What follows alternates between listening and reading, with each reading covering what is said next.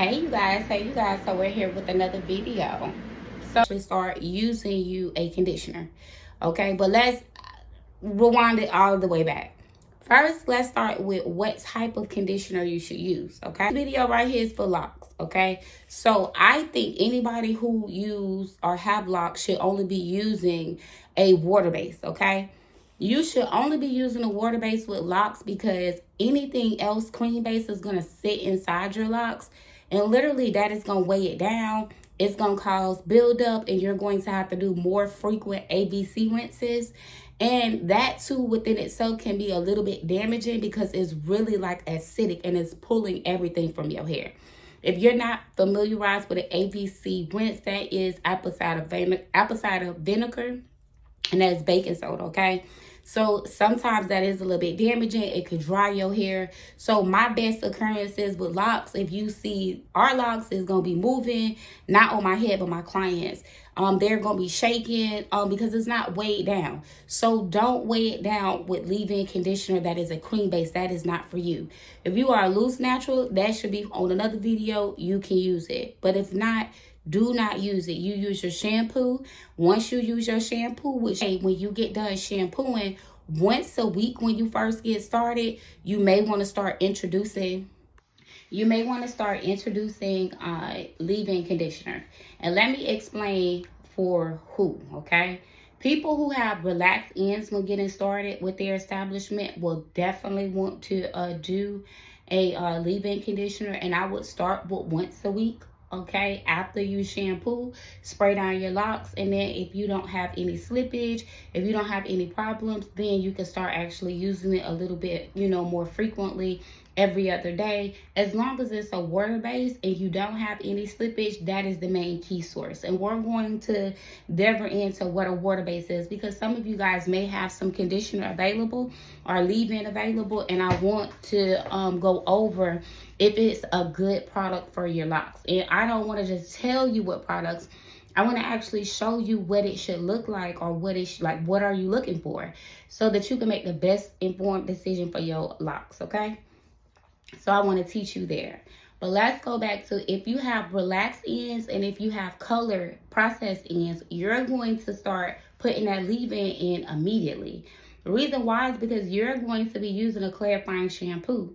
And at the beginning of your journey, it is going to strip, okay? Because the main point of you doing this, or the main focus at this time, is you locking, so that you can actually put what you need to put into the hair and additional stuff that you would like to do, meaning stop braiding and banding and stuff like that, so that it's not slipping. Because my key thing is, if it is not in, it's not locking. Okay, so the whole point is to get it locked. Okay, but we also have to deal with a little bit of hair care. So that's why I say make sure that you're introducing that leave-in in very small increments at the beginning. And only people who have relaxed end and processed end, like processed color treated ends, should actually be using the leave-in day number 1. Okay, because you don't want to cause that hair to be so clarified or stripped that it doesn't have what it needs. And once you process the hair with a color, you need to make sure that you're putting back certain things, because once the hair penetrates the hair follicle, it's considered dead. It's no longer alive. So you're not going to get the nutrients from just eating. That's below the scalp, and hair growth does start below the scalp. So those things are important when it's below the scalp. When it actually penetrates, now you have to topically put these things in. So again, because you break down the structure, whether it be a relaxing treatment or whether it is a chemical treatment with color, you are breaking stuff down like bonds and stuff inside of the hair strand. So those things have to be repaired back in order to keep the health of the hair and not have it breaking off. So you got two things going on: your natural hair and your relaxed hair. Your natural hair is getting locked, so we want to make sure that is on the clarifying shampoo to help, because you can't put a conditioner in after your color service or your relaxed ends, right?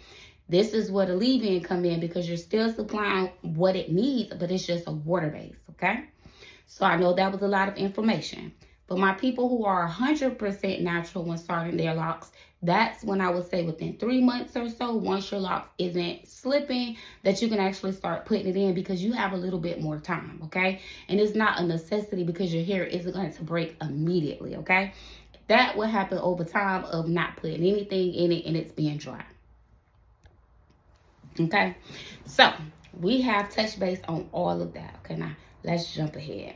Let's talk about good products when you're talking about a leave-in. Okay, we've already said that cream-based is not for locks. Okay, absolutely throw it away. It's not for locks. But what is for locks is our leave-in conditioner, you know, from Be Natural Locks. So basically, you want to leave in. Okay, what are you looking for? Okay, when you are purchasing a leave-in product, this is what you are looking for. Okay, that was mine. It was laying down. I'm sorry, y'all. So here, you are looking for something that is going to absorb into the skin. And if it absorbs into your skin when you put it on your palm or, you know, on your hand, the back side of your hand, if it absorbs in and it doesn't leave a residue, this is going to be your product, okay?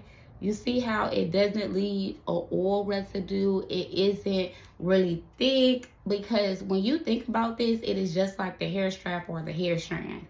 Whatever your body, your hair needs or locks needs, they're going to absorb it in. So let me be clear. Whatever your hair needs within that lock, it's going to absorb in. Anything else is going to actually sit on that hair shaft. That is what's going to create the buildup.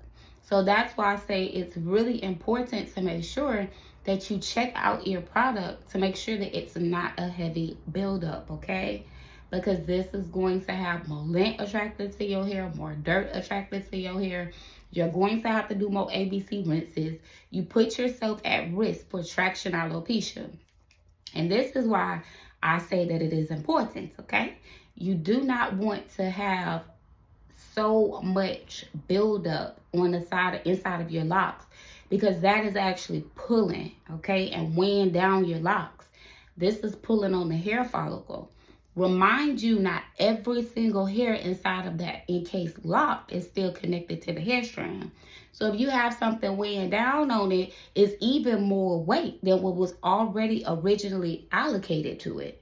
What that just means is that if you are doing part to density ratio or your stylist, then that means the parts are really small and it's only going to be able to support its own weight. Because again, within that square, some of those hairs will disconnect. So it has to be distributed.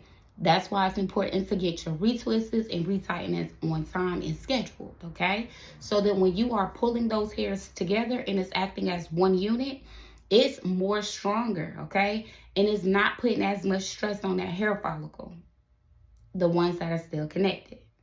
So it's important to keep it as light as possible. So it already has support additional hairs, or it already has to support additional hairs. Now on top of that, you have to think about the product buildup and the weight inside of your locks. So now this could cause traction alopecia. Same thing as having too much tension. That's why locks don't cause hair loss necessarily. Sometimes it's inadequate technique, lack of education, and sometimes it's just, you know, product buildup. Sometimes it's hereditary. But these things will accelerate the problem and not help, okay? So I hope this was a lot of great information for you. And I do want to have, like, at the end of the video, like, you know, honesty, okay? Because my thing is education is always key. The reason why I say this is because no matter where you go, when you are educated and knowledgeable about your locks and why you are doing what you're doing, then you're able to take care of your locks no matter who is your stylist, okay? It's always good to have a great stylist, but sometimes it's always great to have the information yourself so that if you move to the next stylist, and maybe that stylist may not know as much as your old stylist, you have the education and knowledge of what not to do, what not to put in your hair if they're shampooing it, or just anything in general when it comes down to the health of your hair. Like, you have to be accountable for that. And I want everybody to push towards that so that you know how to take care of your stuff and not put it in everybody else's hands. Yes, I do phenomenal work when it comes down to locks and people like my work, but it's more than just my work. It's the work. It's the work ethic as far as the education that comes into play. You know, it's the fact that we're going to give that education and knowledge when it comes down to products. So I'm not just working by myself to make phenomenal locks. Me and my clients is working together to make phenomenal locks, okay? Now, I said all of that to say this because sometimes I come off a little rough, and I do understand that. But it's just because of the passion that I really do have when it comes down to locks, and just the healthiness of it, because it is a journey and it's something that I want my clients, and not only my clients, but everybody to be on for a longevity, like meaning the long haul, until you make that choice and decision that that's something that you want to cut, start over, or expand out on your journey and your hair life experience, okay? I'm not tripping. But it is important to actually analyze and know exactly where you're at with your locks and what products you need to be putting in there. And people always say, like, is leave-in like a big thing to miss? To me, it is. I can literally tell the difference when somebody is applying leave-in and is not applying leave-in. You see brittle locks, like if you're wondering why your locks are doing these things, this is the cause. You may be missing your leave-in, some protein. You may need some, things added up in there to rebuild those locks and the healthiness of the locks. I will finna get into technical terms like amino acids and all that, but none of that is relevant. The only thing that is relevant is if you have color-treated locks, if you have relaxed ends when starting your locks, or if you just have your locks, period, with natural hair, it is moisture and protein. You need something to rebuild back up that hair structure. That leave-in is good not only just because of the environment, because that sun be beaming down. Some people get color bleach. They don't even have to necessarily bleach their hair, but over time you notice that at the ends, on the most exposed part or the most exposed part to the sun, whether you frequent outside or not, it turns lighter. So therefore, you still need some type of protection, even if you're not applying anything to the hair or doing like any color services and stuff, okay, to damage it. Now, if you definitely doing color service, you need to be putting that leave-in in there every day. Like, it's a must. That's why your locks are, this is why locks that I've seen, be thick and then they get all thin where the leave-in, or not leave-in, but the color treated hair is at. The locks start to get real small and it's breaking off, or you have little pieces of shedded hair that comes out, or break off everywhere. You noticing that every time you go in the bathroom and you go to fiddling with your hair. That may be an indicator that you need to start using some leave-in. And that's even when you're 100% natural and starting your locks, okay?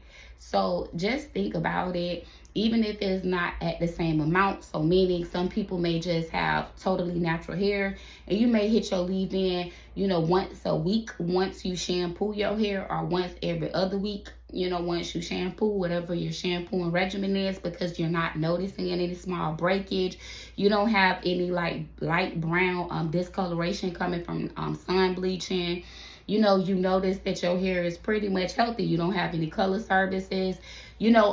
On that avenue, I would say decrease. You only need to really do it when you shampoo once a week. But if you are prone to breakage, if you notice that you're sun bleaching, if you notice that you like to do a little chemical service, whether it's lightening it, whether you're taking it darker, so meaning whether you're lifting it or whether you're doing a deposit, you just still need to make sure you need to use it a little bit more often. If you notice that or got started with your lock journey with relaxed ends, your relaxed end definitely need it. So definitely apply it to the ends, maybe once a week, twice a week, 3 times a week for color treated hair, and those are like the minimums. Okay, so I hope this education or information helped out a little bit. I'm hoping that you guys can learn from the information that I shared. I'm going to continue basing my content off of the questions that's asked, or if I notice something is just like a general topic, I'll try to just throw that out there. But if you got any questions, feel free to hit me up. Let me know how you feeling. And just, work with me. I'm, still a little new coming out here, back on the little, scene a little bit. So bear with me. But anytime, the education is going to be there. If you guys don't know a product to actually use, or you don't really want to get confused and mixed up, definitely check out Be Natural Locs products for our leave-in, which, as you've seen, is a water base. You see there is no residue there, not even an oil residue. I work with smaller size locs, so it's not really recommended, for so much heaviness. And for the people who do micro locks, micro twists, you're going to definitely want your clients to stay away from, anything that's overly moisturizing with oil, because it's going to separate those twists, okay? And then it's going to be like the dragon. It's going to be 2 on 1. So, and it's going to cause you to do more work. So I'm trying to help all of us out, from the clients to the stylists. Y'all definitely pick up some of this, spread inside your client's hair, because sometimes, they may not spray anything in there. So I make sure, for me, I include that into my service, so that I know for sure that you got some type of protein or healthiness going on in your hair, because I at least put it there every 4 to 6 weeks, or 8 weeks if you're much older. You guys have a phenomenal evening. I really thank you guys for checking out our videos. Follow us, like, share, okay? And always subscribe. You guys be great.